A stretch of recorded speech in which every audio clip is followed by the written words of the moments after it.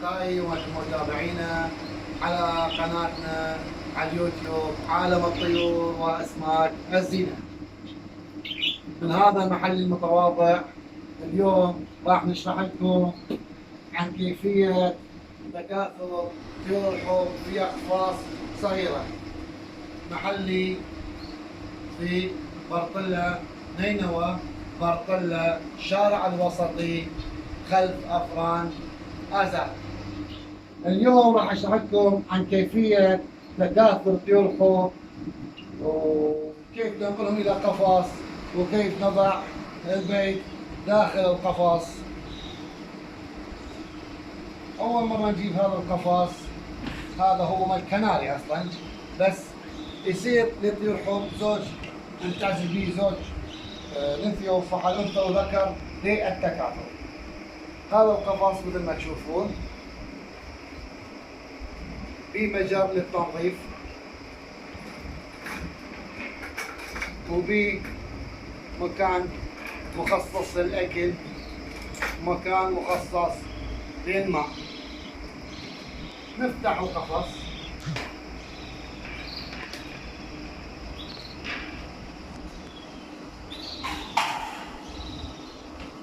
نضع هذا البيت داخل القفص بهذه الطريقة، ومن ثم نضع القفص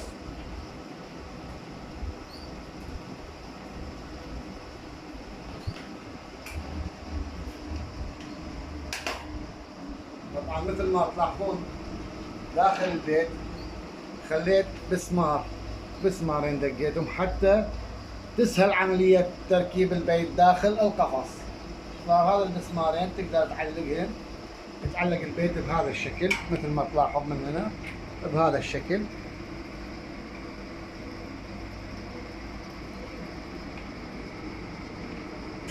ومن ثم نضع الوقافية ثانية قريبة على مكان الأكل.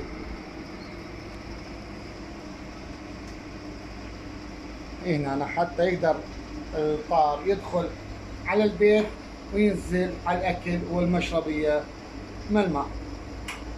فهذا القفص راح يصير عندنا بهذا الشكل، يصير جاهز وكامل للتكاثر. وهاي الماكليات مثل ما تشوفون 3 ماكليات عندنا، يعني مكان الأكل. هاي واحدة وهاي الثانية وهاي الثالثة. طبعا هو على طيور الحب المعروف عليه الغذاء مالته هو الدخن،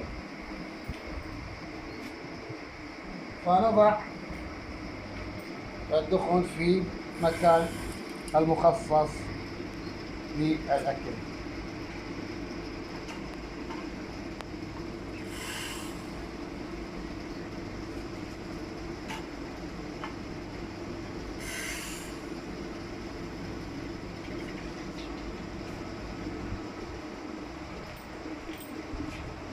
نضعهم في مكانهم.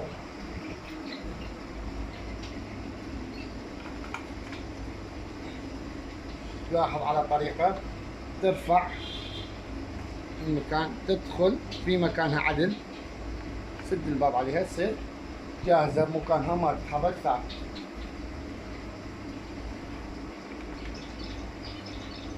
وبعدين تخلي الماء في منهل الماء.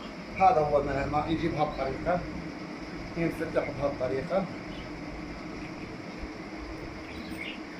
ونضيف له نضيف الماء داخل المنهل.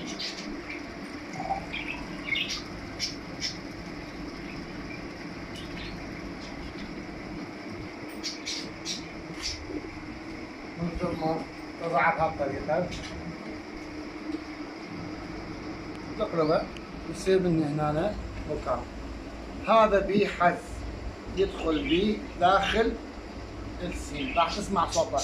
شوف هسه ثبت 100%.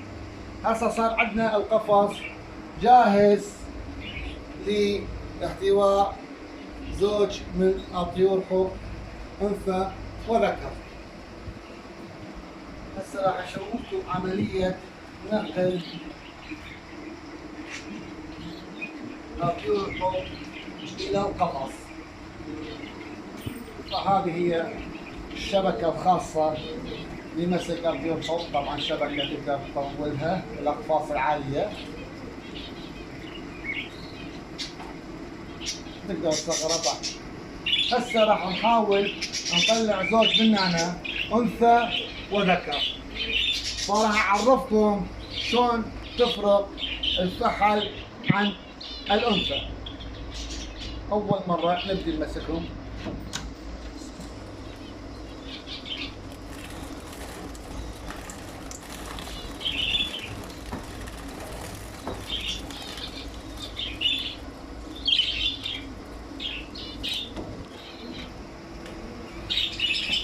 هذا هو ذكر طير الحب.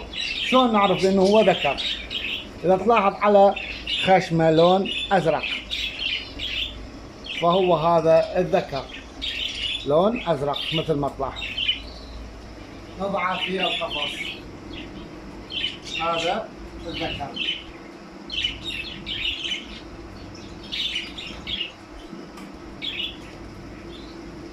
هسه راح نمسك الأنثى.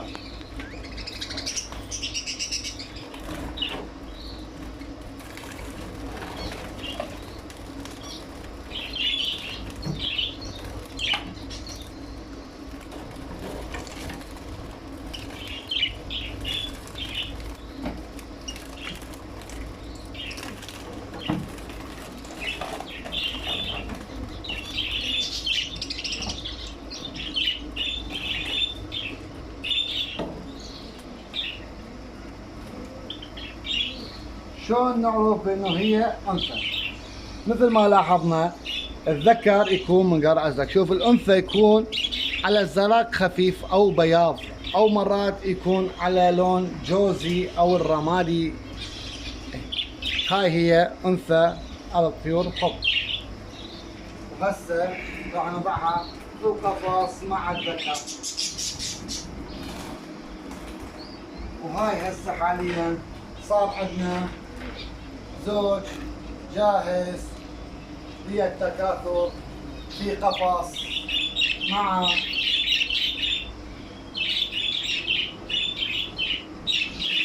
أنثى وذكر يركض في قفص. وهذا القفص مثل ما تلاحظون جاهز حاليا للتكاثر.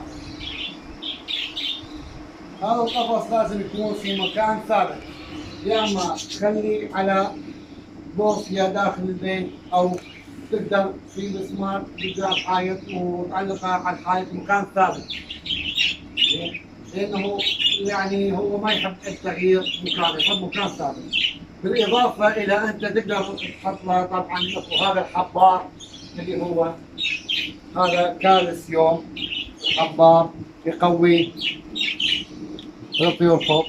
تقدر تضيف له بيض مسلوق زين، وتقدر تضيف له قطعة جرجير كل 3 ايام، ورقة جرجير تخلي له او المعدنوس. وهذا هو زوج الطيور الحب مع القفص وجاهز للتكاثر.